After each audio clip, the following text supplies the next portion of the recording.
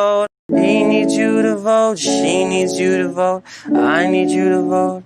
We need you to vote, please. Hi, I'm Jaden Smith, and this is the Solution Committee, the show where we bring people together to talk about complex issues. Here, does this work? The future lies within the boys and girls, this one is proud love. Today's topic is the power of voting. Here are some ways that we can exercise our passion and power by voting. We can all, 1, start by registering to vote at vote.org, 2, go to votesaveamerica.com, and 3, support your local postal service. Everybody, please welcome my great friend, Yara Shahidi. Yara, what is good? How are you?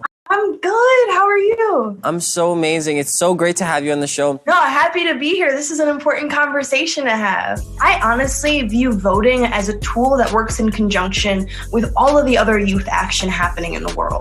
I get that there's a reticence sometimes to feel like we don't have the perfect solution on our ballot, but it is so helpful to the movements that are happening to be supporting what we believe in through our vote. What we care about aligns with the ballot. And when we look down ballot at who's our sheriff, who's our DA, all these other judges, oftentimes it has everything to do with how our communities are taken care of and serviced. It's so true.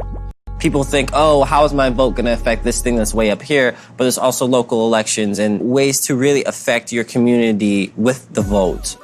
Do you have anything to say to people who might be on the fence about voting this year? Well, first of all, I have to acknowledge, I get it. It's a totally flawed system.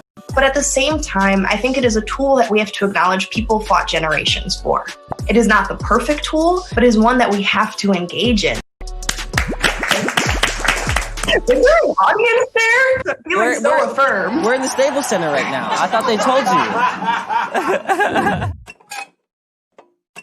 you. So you also have a show where you talk about voting. Can you talk to us a little bit about that?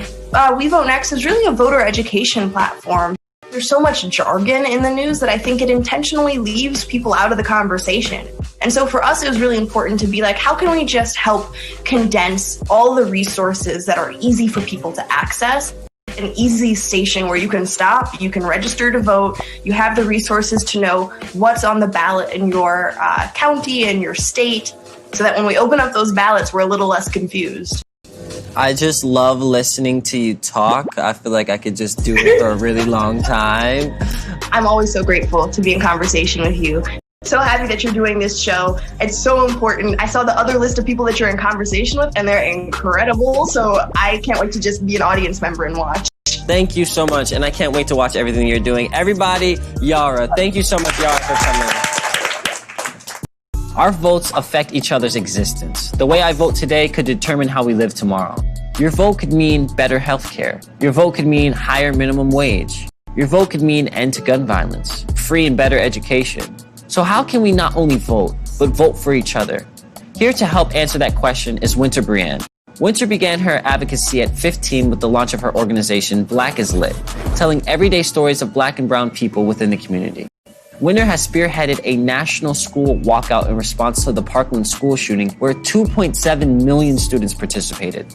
Please welcome Winter Brienne. So how excited are you to vote for the first time? I'm so excited. I've prepared for so long.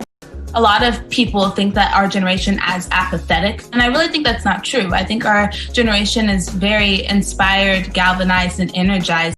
Have you run into any obstacles along the way where people might have thought, oh, you're too young to do this, or they might not believe in the vision? I think I run into obstacles like every day, just being like a Black young woman. But I think like as young people that this isn't new. Like us speaking up, us like centering ourselves in movements and us leading movements is not new. Like from Martin Luther King to John Lewis, they were all young when they led their respective movements. And so we are literally the living dreams and embodiments of those who have come before us. Wow, I just want to say thank you so much for being here. Ladies and gentlemen, that was Winter Brienne. In 2016, 90% of young Americans reported an interest in politics. Yet only 43% of people between the ages of 18 and 29 showed up to vote. As President Barack Obama once told the crowd, it would be completely transformative if everybody voted. This country has a social contract to represent all of us, and the only way to honor that contract is to vote and to hold those that we voted for accountable for real change. Please help do your part by not contributing to the problem, but by being a part of the solution. Thank you for watching.